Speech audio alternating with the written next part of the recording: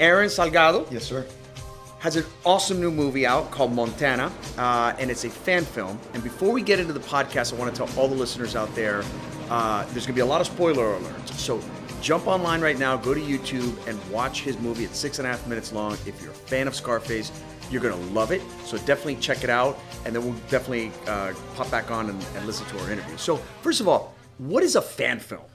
So a fan film is basically just that, right? It's a film that is independently produced by fans in order to pay homage to whatever IP has influenced them. There's a lot on YouTube right now for a lot of sci-fi films like Star Wars and Predator. There's a really cool one for Back to the Future. And I saw one called Bel Air that was made by a filmmaker named Morgan Cooper. And it's basically the Fresh Prince of Bel Air in a dramatic tone. Did really well online, and Will Smith picked it up, and now it's an actual series on Peacock. Once I saw that one, I was like, well, this opens it up. It doesn't just need to be these sci-fi films. You know, I don't have to be at Comic-Con. You know, I could just be a regular dude that likes movies and just make a tribute film to my favorite film. And that's how Montana came about. You know, Scarface is, I tell everybody, Scarface isn't just like, if you're a Miami guy, it's not our favorite film. It's kind of like, it's part of our culture, right? It's woven into the fabric of who we are, right? It's our childhood, especially if you're born and raised in Miami in the 80s and 90s. You know a lot of Tony Montanas, right?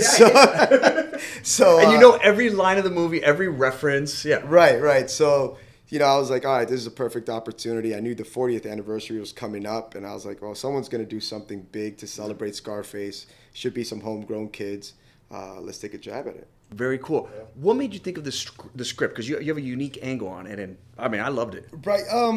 Well, about a year ago, my producing partners, Mike Risco and David Ortiz, called me, and we were having a long discussion about Bel Air. And they asked me if I had any ideas for any pre-existing IP that we can do a fan film for. And the first thing that popped into my head was Scarface. And they were like, well, man, that's, you know, it's iconic. You know, like, we got to be careful. What would you do? And I said, well, you know, Elvira leaves. There's a very pivotal scene in the film where they're having dinner and he talks about her room is so polluted. And, you know, that's the last argument they have before she leaves. And he goes to New York, and then after having that situation in New York, he goes to a payphone and he calls his right-hand man, I think, you know, Ernie, and he asks Ernie if Elvira has called, and he says no. So I'm like, okay, well, that leaves our window open. Elvira is alive. She's gone. Nobody knows where she is. She left pregnant. And a week later, Tony meets his demise, you know, and then this kid is raised not knowing who his father is. And here we are, 40 years later, he learns who he is. And, you know, he comes back basically to, you know, get what is his, right? Yeah, family and kids are an underlining theme in the movie. It's kind of Tony mentions it a bunch. It's a lot. Does Tony have kids in Cuba? I forgot. No, he doesn't. He doesn't, right? He doesn't. But it's a theme that constantly it's part of Scarface, right? Yeah. The way he courts Elvira is by asking her, do you want to have kids? Right. Do you like kids? Right. I want kids. Yeah. Right? And he constantly says it. Even another big scene that influenced Montana was the last meeting with Sosa, where he goes back to Bolivia to, you know, basically be put on the New York mission. Right. And Sosa asks him, hey, when are you going to have another little Tony? I'm about to have a son. Yeah. And I thought that was huge. I was like, well, Sosa and Tony, if they do have kids, they would have kids that are the same age. Right. And I was like, oh, that's perfect. Yeah. You know, especially the fact that Sosa wins that battle. Right. And he's able to legitimize his business. And all of a sudden, now you have this multi-billionaire who used to be a drug kingpin, and his son is now the heir to the throne. And Tony Jr. comes back, and, you know, he's kind of like, hey, man, this is what's been taken from me. Well, it ends up, what happens, Tony ends up dying because he saved kids. Remember? Right. Yeah, he won't blow up the car because of the kids. Right. So he has that whole thing when he sees I'm not driven. killing no fucking kids. Right, you know? right. And that's what causes the beef between him and Sosa, right? Yeah. Because if he would have just allowed him, the man said a speech he blow wasn't supposed to car, give. Right? Yeah, that's crazy. Yeah, never thought about it that way. It's yeah, really man. cool. So the actor that you got to play Tony's child, what's his story? Because he was great. John Carlos Canella, very talented dude, huge in the Latin music scene. Oh, okay. He's acted in a lot of television shows and soap operas in the Spanish language market. You know, I think that was the biggest obstacle was like, all right, well, we have this script. I probably wrote it's an 8-page script, and I think I wrote it in 20, 30 minutes. It just came out. I had seen Scarface like 100,000 times, so I knew exactly what I had to work with. And once we had the script, I sent it out to my team. Everybody flipped for it. They're like, this is amazing. We got to make this. We got to make this. And I was like, all right, cool. Well, now we got to go find Tony, you know, and it's Tony Jr. And I was like, it's very important. And everybody's like, yeah, he's got to be Tony Montana's son. He's got to be Tony Montana's son. And I was like, well, yes, but not really. Right. He needs to be Elvira Hancock's son. So it needs to be somebody that looks like they can be related to Michelle Pfeiffer. And everybody's like, oh man, that, and you know, John Carlos, I tell everybody, if you take Tony Montana and Elvira Hancock and if they have a kid, he will probably look like John Carlos Canella, you know? So casting wise, it was perfect. John Carlos is a dear friend of mine. We met in LA probably like 6-7 years ago. Miami boy from Hialeah. Yeah. We were at a party in the hills, and I was talking to this girl. I forgot what I said. And I didn't know Jen, and Jen was sitting next to me. And as soon as I said something, he looked at me and goes, yeah, you're from Miami, bro. We stand out everywhere you go. And I'm like, I am. And he's like, what part? I'm like, oh, I grew up all over the place, but, you know, mostly Kendall, Westchester. And he's like, oh, I'm Hialeah. Hit it off from there. And then, you know, I think everything happened. And he's probably seen the movie 100 times as well. Oh, yeah, absolutely. When I called him, he was like, hey, what's going on? I'm like, yeah, I got this idea. It's a little crazy, so bear with me. And he's like, yeah, what is it? He's like, I want to do this fan film about Scarface, and it's like the son of Tony. Say no more. Yeah, I'm in. Yeah, I'm in. Send me the script. When are we shooting? It's funny, man. I remember the first time, I'm a little older than you. I remember the first time I watched it. So, you know the story. When it came out, super controversial. They only filmed a couple of scenes, I think, in Miami, and the rest because of the mayor and the backlash from the Cuban community. But didn't do well in the theaters. But I was like a little kid, and HBO put it on. And this was back when HBO had intermissions. Yeah. So it's a 3-hour movie, right? And I remember, I'm a little kid, I'm watching this, I'm like, what the hell? First of all, way too young to be watching it. But like, as a Cuban and then Miami, and you're watching it, it blew my mind. Like, instantly, I was like, this is one of my favorite movies. Right. And since then, like you, have probably seen it 1,000 times. Right. I could, you know, like I said before, you and I could do this whole interview as me as Manolo, you as Tony, or you as Ernie. Like, it doesn't matter, and it'll work. Yeah. But then the hip hop community picked up on it, right? And then absolutely rocket ship took off. Yeah, I think you know, like you, I saw it probably when I was like 7-8 years old. You were like way young, a lot earlier than we should have seen it, right? Growing up in Miami in the 80s and 90s, it's part of our community, right? I think we all knew Tony Montana's growing up. I remember the first time I saw it, I had a friend whose dad was involved in that world. And my dad used to tell me, it was part of my baseball team, my dad used to tell me, it's like, hey, man, you know, if anything ever happens when you're at his house, you run to this gas station. I had the same conversation. And you call me. And I was like, all right, cool. And then I'll never forget, I saw Scarface, and I thought my friend's dad was Tony Montana. Because he had a portrait very similar to the one of Tony and Elvira, and his wife was also blonde. So I'm like, I got... My coach is Tony. Yeah. But yeah, it's something that's part of our community, right? Yeah, man. And I think it was probably in the early 90s, I have to think, when, you know, the hip hop community really embraced it, or when hip hop became mainstream and we started seeing all the references. And, you know, I think it's just it's a pop culture phenomenon now. It's such an iconic film. We knew that we were taking on a major responsibility trying to make a fan film. Yeah.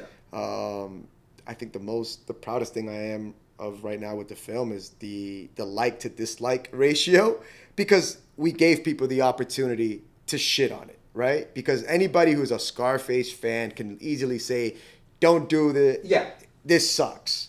But it got co-signed and everybody approved of it, and it's been just an amazing ride. The response that we've got in the comments, you know, the fans really want us to pursue it and trying to make a feature film out of it. So it's we've had a lot of conversations regarding that, and we'll see how it pans out in the next couple of months. Well, dude, I mean, so what's funny is you nailed it, because it's a popular movie, but if you grew up in our era and you were down here in Dade County, it's like part of the fabric of like our era, you know, our era. I love the Easter eggs that you posted throughout the movie. And my friend said it too. The bank is Ocean Bank. Ocean Bank. You filmed it at Garcia's. Yeah. I'm trying to remember some of the other ones. Like, and I was like, oh, this was made by a guy of my era in Dade County. You know, probably a Cuban. Same thing. Because I was like, oh, it's all little Miami, you know, Easter eggs popping up. Right. Which is funny because I get a lot of like, I've seen comments on YouTube which people are like, oh, this isn't really Miami Cuban. I'm like, 90% of the cast is Cuban. Yeah. And this is as Miami as it gets. We shot in Little Havana, Hialeah, and North Miami. Yeah. So like, I don't know where you're from. Yeah. But if you're from Miami, you know exactly where we shot this. 100%. Yeah, there's no way you can like pull the card and say that this is not an authentic portrayal of our city. But yeah, we're you know, I even the original Scarface, I have to think what Stephen Bauer and probably a couple extras were Cuban. Chi-Chi's Cuban. You know, Stephen but Bauer. aside from that, nobody else was Cuban, right? So I think we including Tony. Yeah, exactly. Al Pacino. So I think we did a pretty, you know, decent job in honoring the roots of, you know, the character, or at least where it should be, right? So I watch your movie, and then of course, like I go down the rabbit hole, right? I'm online, I'm watching old clips. I follow like 5 guys that are Tony Montana on IG, you know, whatever. All day I'm feeding it, and then I watch the movie again. One of the things that I guess I never key takeaways from the movie, and you touch on it a little bit, I'm curious to get your thoughts, is it's a little bit of a buddy film. And hear me out, right? Him and Manolo. Right. They serve in the Cuban army together. They go to the camps together. Right. They kill Revenga together. And then if you look at his life, like Tony's like a little bit like his big brother, but like even when they go to Frank, they meet Frank for the first time. They order the same drink, gin. He allows Tony he allows Manolo to be in his room while he's in the bathtub. Right. Like how many friends do you allow watch you taking a shower? Right. None, including. He even when Gina gets into the big argument with him at the bar, he trusts Gina, which is the most prized thing in his life, with Manolo to get him out. And he, you know, and then I think ultimately that's what did Manolo in. Right. Your scene of bringing back Manolo, where did that come from? That was actually not in the original draft. I remember we wrote the original draft ended with him seeing Alex Sosa Jr. on the TV set, and his you know, Ernie's son and Chi-Chi's son telling him like that's him. Yeah. And then I was like, man, that's great. And you know, I had a personal connection to Stephen Bauer through a mutual friend, and I had mentioned making this fan film, and he was like, oh, you should show it to Stephen. And as soon as he said that, I was like, well, maybe we should have Stephen in it. Right. And he was like, well, yeah, but how? I was like, well, put him in a wheelchair. He survived. And he was like, oh, man, I don't know. It's like, you know, I'm like, you know, just set up the call with Stephen and, you know, hopefully he gravitates to it. And he made it happen. I got Stephen on the phone and told him basically, I had to pitch him the idea of what a fan film was, right? And I said, I kind of want to do this with Scarface. And he was like, oh, here we go. Yeah. And I was like, well, hear me out. And he goes, all right, well, tell me the story. And, you know, Steven's a great guy. He seems like he'd be a good dude. He's a character, right? So I go into the pitch and I'm like, well, Elvira leaves, but she leaves pregnant. And he's like, yeah, I heard that. And I was like, I'm like, oh, yeah, he heard that. I was like, okay. He's like, and he has a kid, and she calls the kid Anthony Hancock Montana. He's like, yeah, I heard that too. And he's like, I go through the whole pitch, and I'm like, so I'm thinking maybe Manolo survived, and now he's in a wheelchair. And we see at the end, he's the one who's been trying to get all this intel about Tony Jr. And he's like, yeah, because I would. And I'm like, yeah. And he's like, yeah. And I'm like, you survived, right?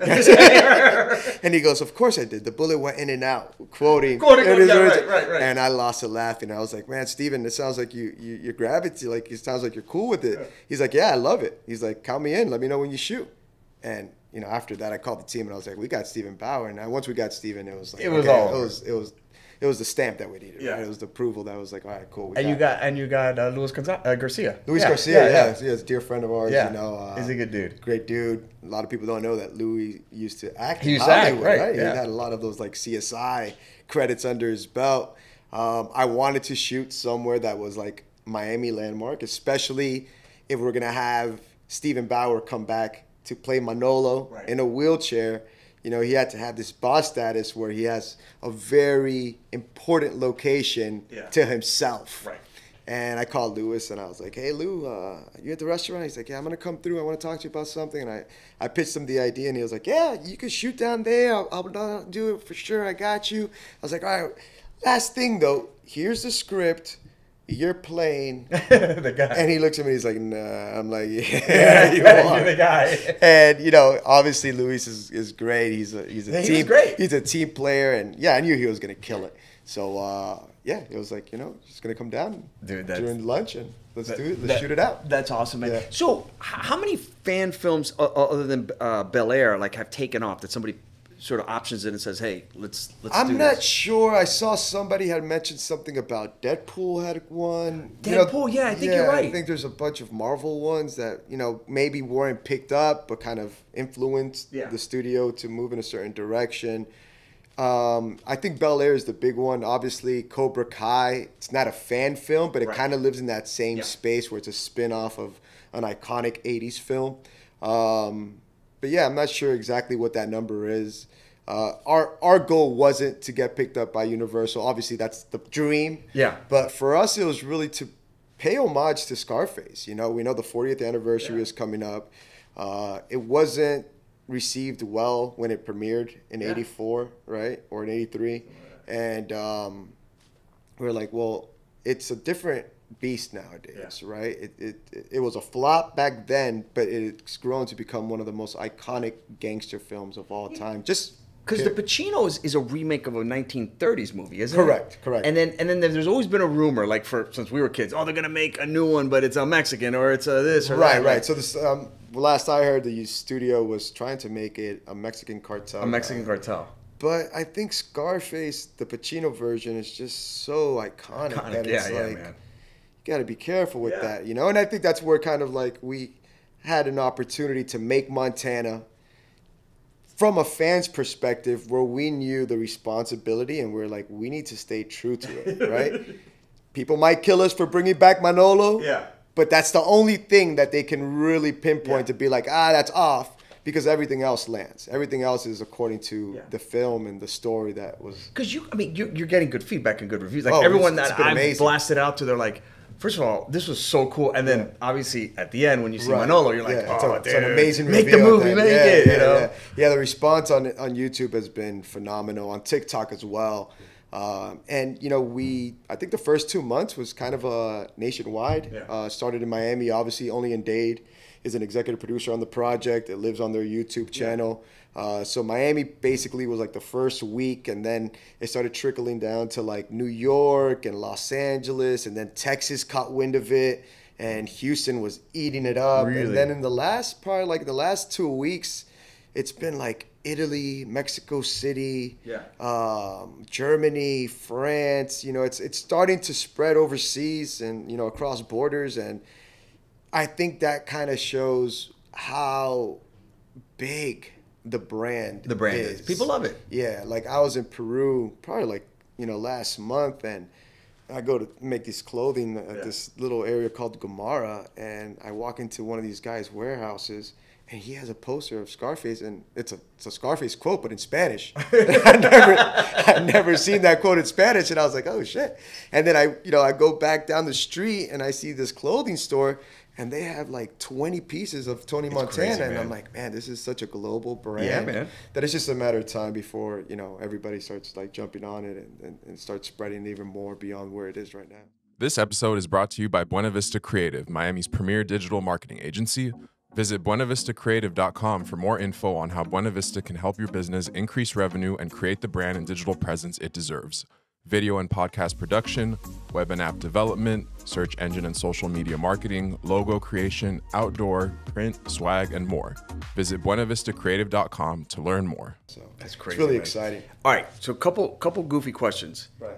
In the movie, Tony Jr.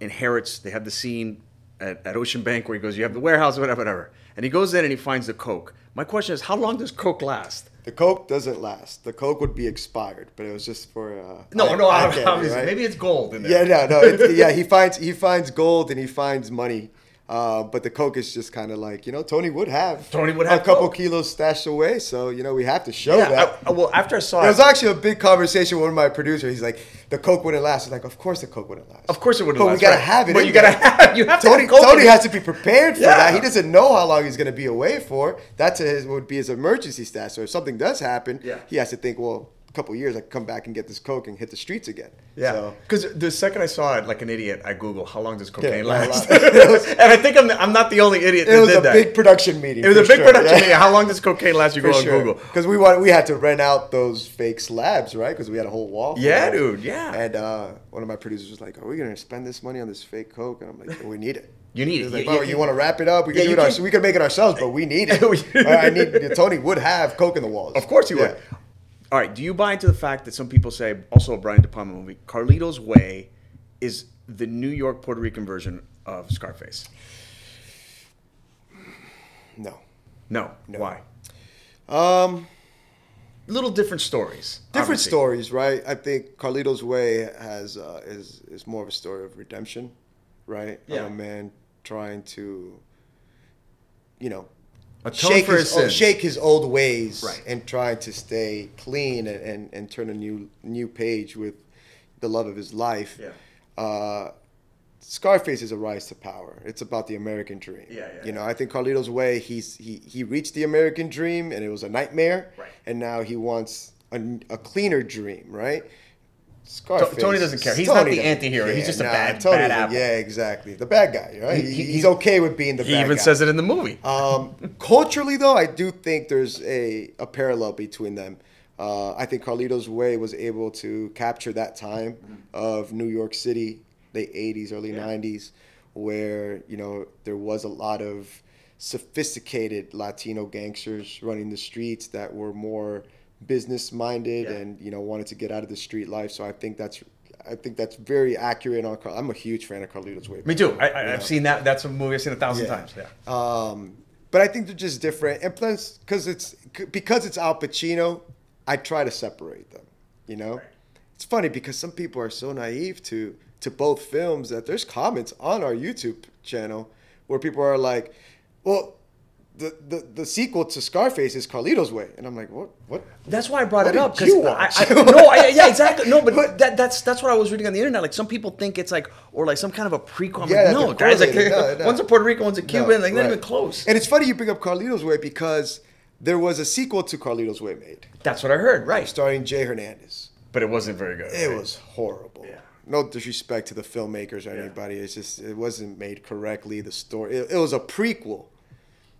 So that at times don't work. That doesn't work. To me, prequels are kind of iffy. You got to be careful with that, especially after so much time has passed. So, that was one of the films that my producers kept bringing up. They're like, we can't make Carlito's Way Part 2. No, you can't. And I'm like, I will not make Carlito's. Trust me, this is not going to be Carlito's Way Part 2.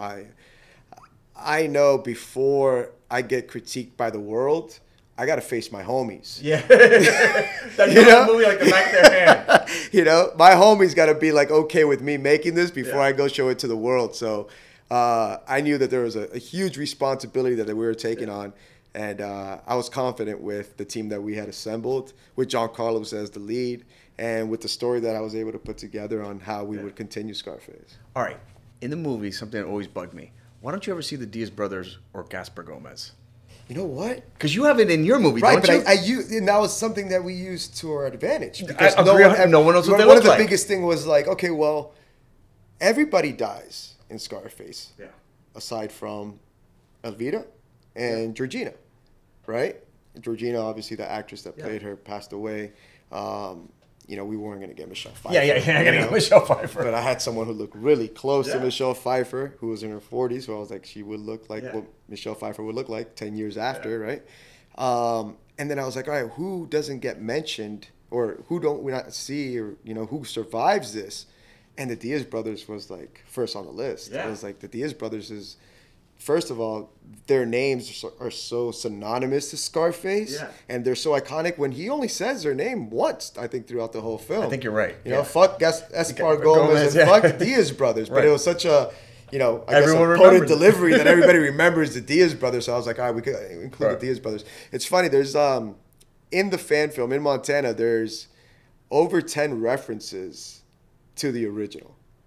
Okay. And it's little things here and there's like little Easter eggs that we buried, which is funny. Not everybody catches them. Weirdos like me that are fans, I think I caught all of them. You want to try them out? All right, try them out. Well, I mean, so obviously the kids, right? Ernie and Right. Chi-Chi's kid, right? Obviously Sosa's kid. Did you notice Chi-Chi's son wearing a hat just like his? I didn't catch that. That one I didn't catch. There's little things like that you gotta go watch a few times. I gotta watch. That's Chi-Chi's kid. That's why he's wearing a fedora. Yeah. Oh shit! I gotta think through some of this stuff, man. There's the Santa Barbara frame at the grandmother's house. I missed that one. Which is the Santa Barbara is in his mom's original house. Okay, there you go. Obviously, The World Is Yours by Nas, right? Opening the film.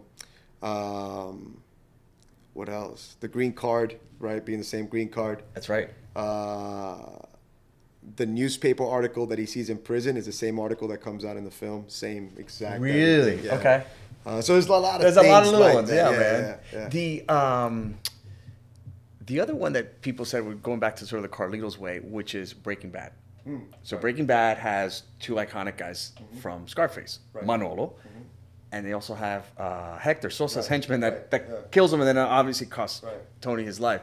That's another one that people say, wait a minute, is this a little homage, drug dealing thing with those two guys?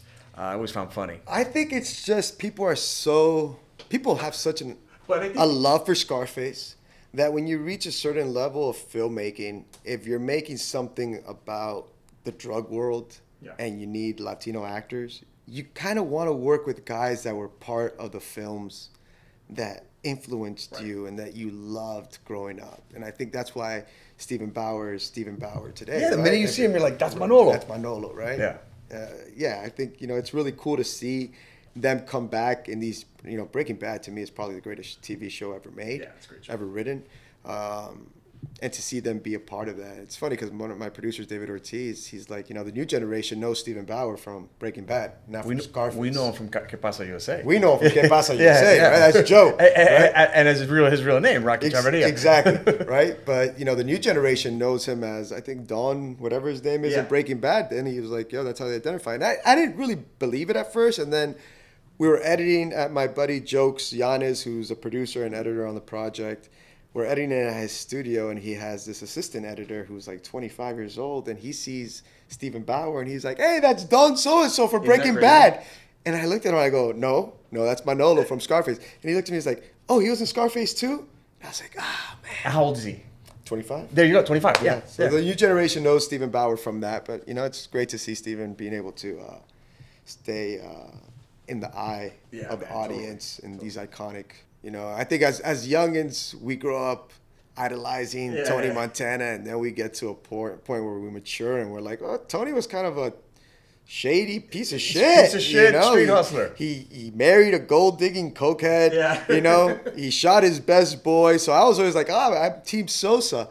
But then as I start making Montana, I start seeing the good in Tony. Tony was actually a good-hearted dude. Yeah, he just got caught up in the life. Right. And he had such a, I guess, protective energy towards his sister that it doesn't matter who was involved. And he saw that as the ultimate betrayal that, his right-hand man would cross that line when he had specifically told him, that's a line you don't cross. Right. And I think that's what it was. And then, cocaine's a hell of a drug, so, and he has the breakdown scene, Manny, when he realized he killed Manny. Right. And you could see that he honestly, he's coming down from that, and he's like, oh, shit, Yeah, and it's funny because Manny always had his back in the scene that he gets killed. He gets shot in the back. It's like you wonder if Manny makes it, does he go on and they make Montana construction a legit business and they build condos in Brickell and they live happily ever after. But what's next for you, man?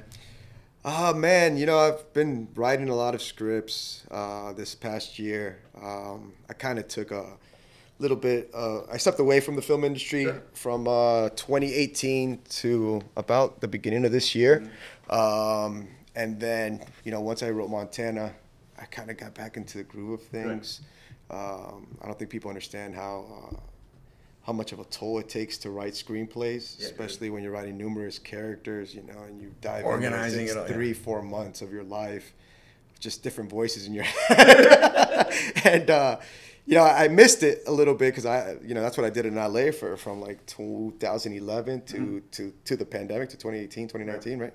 And I just started writing scripts again. I have this new project that's getting produced right now. Really cool Miami story. Cool. Andy Garcia is involved or attached. You know, so we have a few things going on. You know, people keep pushing me to explore a feature-length version of Montana. I just did a documentary that premiered at the film festival this past year called The Curse of Joe Robbie, which I know you heard about. And that's basically it. You know, I juggle a lot of stuff as a creative, and I just like I try to keep my juices flowing. You know, I try not to like sit there and put all my eggs into one project. You know, I like creating clothing, and you know, whether it's a short form film like Montana, whether it's a low budget documentary like The Curse of Joe Robbie, you know, I'm always staying busy. So a couple projects that will be coming out 2024. So I'm just got to keep moving forward. All right, man. Where can they watch the movies? Where can we find out more about you? Montana is on Only in Dade's YouTube channel. You can just Google Scarface Fan Film Montana. That's basically it. You know, Instagram, you can catch me. I'm a very private dude. If you just want to see me working out and doing stuff like that, or traveling. That's how we met. Traveling back and forth from here to Peru, you know, things like that. But, you know, that's basically it. Good stuff, man. All right. I wish you nothing but the best. Say hello to my little friend. Appreciate it. Take care, bud.